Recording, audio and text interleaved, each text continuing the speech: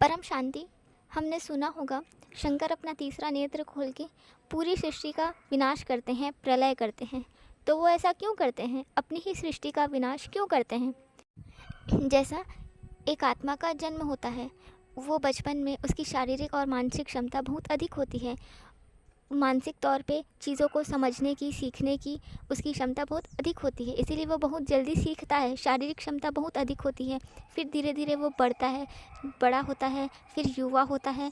तो युवावस्था में उसकी बचपन की शारीरिक क्षमता थोड़ी कम हो जाती है। फिर वो वृद्ध होता है। वृद्ध होने के बाद शारीरिक और मानसिक क्षमता बहुत कम हो जाती है। फिर धीरे धीरे उसका शरीर उसका साथ ही छोड़ देता है, यानी उसके शरीर में शारीरिक क्षमता, मानसिक क्षमता ही नहीं रही, तो उसका शरीर मर जाता है।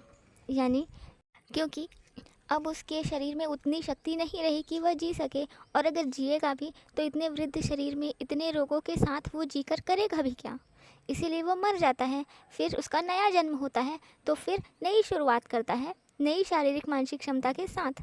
इसीलिए शंकर भी विनाश करते हैं। क्यों करते हैं?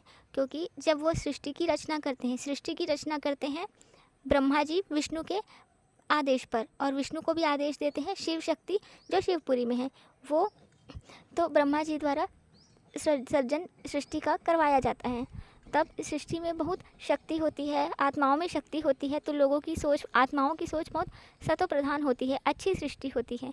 फिर धीरे धीरे समय के हिसाब से आत्माओं की शक्ति कम होती जाती है। आत्माओं में शक्ति कम क्यों होती है, ये आप हमारी एक और वीडियो है 84 लाख योनि में आत्मा जाती है या मनुष्य जन्म ही मिलता है, उसमें आप देखिए, आपको मिलेगा कि आत्मा की शक्ति कम कैसे होती है। तो समय के साथ साथ आत्माओं में शक्ति बहुत कम होती है, तो आत्माएं तमो प्रधान होती जाती हैं, उनमें तमोगुण आता है, यानी कि नेगेटिविटी आती है। जैसे पहले सतयुग में लोग, आत्माओं को खाने की ज़रूरत ही नहीं पड़ती थी, लाखों साल की उनकी आयु होती थी, उनके शरीर बहुत हल्के होते थे, उनमें इतनी शक्ति होती थी। फिर धीरे धीरे उनमें शक्ति कम हुई। फिर त्रेता युग आया। त्रेता युग में ही पहली बार राजा जनक जो सीता के पिता थे, उन्होंने हल चलाया था, यानी कि अनाज। त्रेता युग में शुरुआत हुई अन्न उगाने की, लोगों की खाने की ज़रूरत पड़ी शरीर को चलाने के लिए।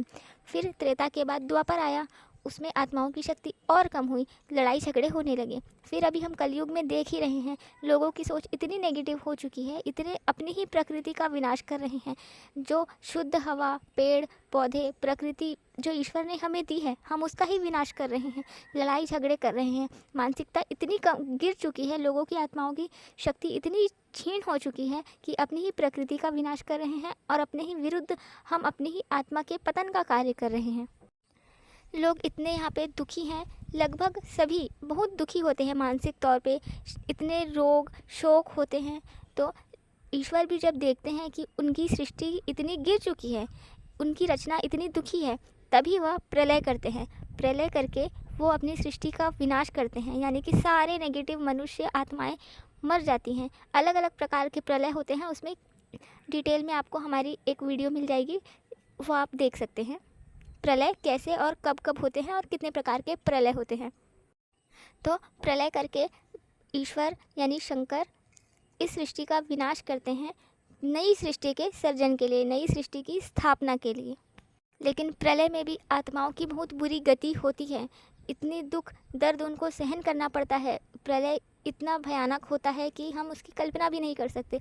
अर्ध प्रलय, प्रलय, कल्प प्रलय, ऐसे समय बीतने पर होते रहते हैं। प्रलय की पीड़ा से हम कैसे बच सकते हैं, जीवन में रहते हुए मोक्ष की तैयारी कैसे कर सकते हैं, ज्ञान कैसे ले सकते हैं, इसके लिए आप हमारी वीडियोस देख सकते हैं।